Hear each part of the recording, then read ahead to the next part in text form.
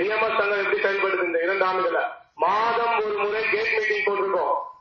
தொடர்ந்து உடனுக்குடன் தொழிலாளர்களோட பிரச்சனையை டிடிபி மூலியமா வெளிப்படுத்தி நிர்வாகத்திடம் போராடி பல கோரிக்கைகளை வென்று கொடுத்திருக்கோம். இந்த மாதிரி சொல்லிட்டே போலாம். அதாவது இயங்கிக் கொண்டிருக்கும் சங்கங்களுக்கு நீங்க அங்கீகாரம் கொடுத்தால் மட்டும்தான் தொடர்ந்து உங்களுடைய பிரச்சனைகளை மேனேஜ்மெண்ட் பேசி வென்றெடுக்க முடியும். அது மட்டும் இல்லாம என்ன சொல்ல வரேன்னா, இப்போ பிஎம்எஸ் சங்கத்துக்கு 10க்கு 10 ஒர்க் கமிட்டியும் தேர்ந்தெடுத்து ஸ்டாண்டிங் கமிட்டி 5க்கு 5 நீங்க தேர்ந்தெடுப்பீங்கன்னா நம்ம எஸ்டிஎஃபோட நிலை என்ன இருக்கும், எப்படி இருக்கும் அப்படின்றத நான் சொல்றேன். முதல்ல பாத்தீங்கன்னா உங்களுடைய பணம் இருக்கக்கூடிய எஃப்ஆர்எஃப் மெடிக்கல் எய்ட் ஃபண்ட் இது வரைக்கும் அதற்குண்டான கணக்கு வழக்குகளை உங்களிடம் கூற மறுக்கிறார்கள். இந்த நிலை மாறும். பிஎம்எஸ் சங்கம் வந்தா எஃப்ஆர்எஃப் மற்றும் மெடிக்கல் எய்ட் ஃபண்டுக்குள்ள கணக்கு வழக்குகள் மொத்தம் எந்தவித குளறுபடிகளும் நடக்காத வண்ணம் பாதுகாக்கப்படுறது மட்டும் இல்லாம உங்களுக்கு அதற்குண்டான தெளிவான ஆண்டறிக்கையை நாங்கள் வெளியிடுவோம். 2வது பாத்தீங்கன்னா மியாட் ஹாஸ்பிட்டல்ல இன்ஜின் ஃபேக்டரி தொழிலாளர்களுக்கு கிடைப்பது போல, இது ஏன் நான் சொல்றேன்னா நம்ம ஆர்டினன்ஸ் ஃபேக்டரியில் இருக்கக்கூடிய இன்ஜின் ஃபேக்டரியில டைரக்ட் சார்ஜஸ் கிடையாது. டைரக்ட் சார்ஜஸ் எல்லாமே பில்லுலயே அது கிளைம் பண்ணிக்கிறாங்க. ஆனா நம்மள மட்டும் 4000 5000 கிட்டத்தட்ட 10,000 ரூபாய் இருக்கும். சில பேருக்கெல்லாம் டைரக்ட் சார்ஜஸ் போட்டு நம்ம கிட்ட இருந்து மியாட் நிர்வாகம் நம்ம கிட்ட இருந்து சுரண்டி கொண்டிருக்கிறது. இந்த நிலை மாறும். இதை தடுப்போம். அது மட்டும் இல்லாம அந்தந்த கேட்டுக்கு தான் வரணும் அப்படின்னு சொல்லி நிர்வாகம் ஒரு சான்றோடு தரமான ஒரு முடிவு எடுத்து நம்ம மேல திணிச்சிருக்காங்க. இந்த நிலை மாறும். எந்த கேட்ல வேணா எந்த தொழிலாளர் வேணா வரலாம் அப்படின்ற நிலை கேட்கப்படும்.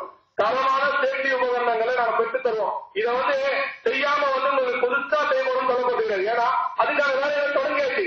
வெல்டர்களுக்கு வெல்டிங் மாஸ்க் வாங்கி கொடுத்தாச்சு. குவாலிட்டியான 10 ரூபாய்க்கு வாங்கின இடத்துல 70 ரூபாய்க்கு மாஸ்க் நாங்க பெற்று கொடுத்தாச்சு. அந்த பணி தொடரணும் அப்படின்னா நீங்க எங்களுக்கு அங்கீகாரம் கொடுக்கணும். செய்யாம புதுசா சொல்றவங்க நீங்க நம்ப வேண்டியது. ஆனா செய்து கொண்டிருக்கும் சட்டம் சொல்லும்போது கண்டிப்பாக நீங்க நம்பணும். அது இல்லாம ஹாலிடே ரொட்டி 8 மணி நேரம் கொடுத்து நம்ம அதாவது எவ்வளவு தொடர்ந்து இருக்கு வேணும்னு நிர்வாகம் என்ன யோசிக்குதுன்னா எப்படி எல்லாம் பைனான்சியலா எம்ப்ளாயிஸ காயப்படுத்தலாம் தடுக்கலாம் அப்படின்னு நினைக்குது. 9 மணி நேரம் ஹாலிடே ரொட்டி தருவதற்கான முயற்சி எடுக்கப்படும். அது மட்டும் இல்லாம எதுக்கு எடுத்தாலும் ஓட்டிக்கட் ஒரு சார்ட்மேன் கூட இப்ப பாத்தீங்கன்னா ஒரு எம்சிஎஃப் தொழிலாளி அவ்வளவு இப்ப சார்ட்மேன் ப்ரொமோட் ஆனவன் ஓட்டிக்கட் சொல்றாங்க. இந்த நிலையெல்லாம் மாற்றப்படும். தகுந்த மரியாதை தொழிலாளிக்கு உள்ள முக்கியமா என்ன வேணும், வாழ்க்கையில மரியாதை வேணுங்க. அது இந்த ஃபேக்டரியில் இருக்கா? கிடையாது. அந்த மரியாதையை பிஎம்எஸ் சங்கம் தான் பெற்றுக் கொடுக்க முடியும்.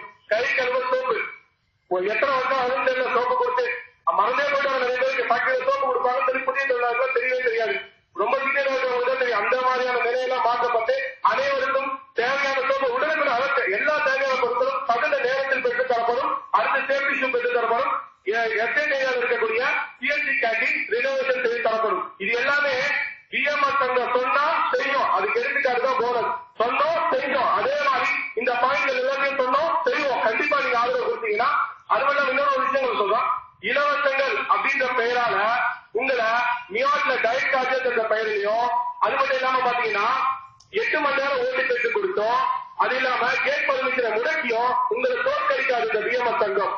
நாங்க எங்களுடைய அதாவது எங்களுடைய நிர்வாகிகள் பாத்தீங்கன்னா ஓட்டிக்கல் மாதக்கணக்கில் ஓட்டிக்கல் இருக்கு, விஜிலன்ஸ் வாங்கியிருக்காங்க, ரூல் 60 லெட்டர் வாங்கியிருக்காங்க. எங்களை இழந்தாவது உங்களை வென்றெடுப்போம். உங்களுடைய கோரிக்கைகளை நிர்வாகத்திடம் வென்றெடுத்து காட்டுவோம் என்ற உறுதியை முறையில் தெரிவித்துக் கொண்டு நிர்வாகத்தை கேள்வி கேட்கக்கூடிய தகுதி படைத்த ஒரே சங்கமான பிஎம்எஸ் சங்கத்துக்கு நீங்கள் இந்த முறை பேராதரவை கொடுத்து நம்மளுடைய ஃபேக்டரியோட வரலாற்றை நல்ல முறையில் குறிக்கப்படணும்னா கண்டிப்பா பிஎம்எஸ் சங்கத்தோட ஒர்க் கமிட்டியோ கேண்டிங் கமிட்டி அமையணும். மீண்டும் மீண்டும் உங்களிடம் தெரிவித்துக் கொண்டு வாய்ப்பளித்த தலைமைக்கு நன்றி கூறி விடுகிறேன். நன்றி, வணக்கம். வேலைக்குழு தேர்தல் சிறப்பு மிகு நுழைவாயில் கூட்டத்தினுடைய தலைமை பொறுப்பு வைத்துக் கொண்டிருக்கும் சங்கத்தினுடைய உதவி தலைவர் பாலமுருகன் அவர்களே, எனக்கு முன்னால் சங்கம் என்ன செய்ய போகிறது என்பதை தெளிவாக உங்களுக்கு எடுத்துரைத்திருக்கக்கூடிய சங்கத்தினுடைய எல்சிசி உறுப்பினர் என் அன்பு சகோதரர் பிரேம்குமார் அவர்களே, சம்மேளனம் உங்களுக்கு துணையாக இருக்கு. நீங்கள் என்ன செய்தாலும் சம்மேளனம் உங்களுடன் இருக்கும் என்ற உறுதியோடு எங்களோடு இணைந்து பணியாற்றிக் கொண்டிருக்கும் பிஎம்எஸ் சம்மேளனத்தின் பொறுப்பாளர்கள் திரு கைலாஷ் மற்றும் திருமதி புனிதா அவர்களே, எங்கள் சகோதரர் தொழிற்சங்கங்களுடைய பல்வேறு கருத்து வேறுபாடுகள் இருந்தாலும் தொழிற்சாலை பிரச்சனை என்று சொன்னால் தொழிலாளர்களுக்காக ஒன்றுபடுவோம் என்று எங்களுடன் கூட்டு சேர்ந்து இந்த தேர்தலில் போட்டியிட்டுக் கொண்டிருக்கும் சகோதர சங்கத்தினுடைய பொறுப்பாளர்களே, எங்கள் உயிரினும் மேலான இந்த தொழிற்சாலையுடைய உயிர் குறிப்பாக விளங்கும் தொழிலாளர் சகோதர சகோதரர்களும் அத்தனை பேருக்கும்